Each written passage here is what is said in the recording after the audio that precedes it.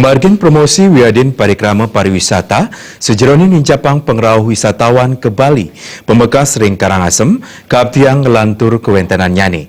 Parindikan puniki dahat membuat mangdesayan akeh wisatawan sani mesesanjan rauh ke Karangasem.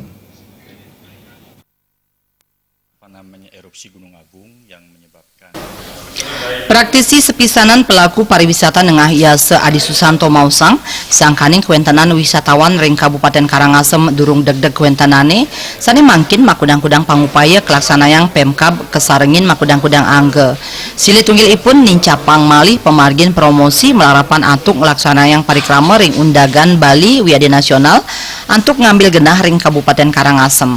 Nengah Yase Adi Susanto taler ngajang becik pangupaya Pemkab Karangasem sanes sampun ngulemin travel agent Wiadin Dubes mangderauh ring Karangasem mawinan ipun presiden nyobiahang ring Kramo Silsan yening Karangasem sampun presiden kerauhin wisatawan. Manut nyane pangupaya puniki patut ngelantur kewentanan ipun.